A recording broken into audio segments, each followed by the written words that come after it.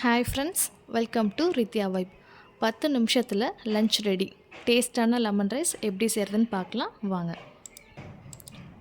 பேனில் ஆயில் ஊற்றிக்கோங்க. ஆயில் சூடானதும் கடுகு ஆட் பண்ணிக்கோங்க. கடுகு பொரிஞ்சதும் ஒரு ஸ்பூன் கடலைப்பருப்பு ஆட் பண்ணிக்கோங்க.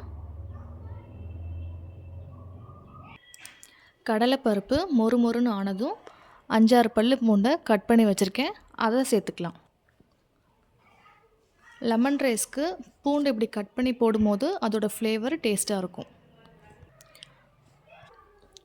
கருவேப்பிலை ஆட் பண்ணிக்கோங்க. காரத்துக்கு 2 வரமிளகா சேர்த்துருக்கேன்.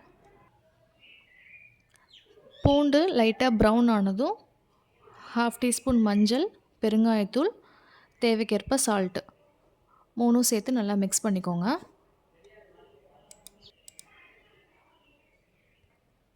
ஒரு லெமன் புழிஞ்சு ஜூஸ் எடுத்து வச்சுருக்கேன். ஸ்டவ் ஆஃப் ஆனதுக்கப்புறம் இந்த லெமன் ஜூஸை ஆட் பண்ணிக்கோங்க. நான் ஆல்ரெடி ரைஸ் பாயில் பண்ணி எடுத்து வச்சுருக்கேன். அந்த ரைஸை இது கூட சேர்த்து மிக்ஸ் பண்ணிக்கலாம்.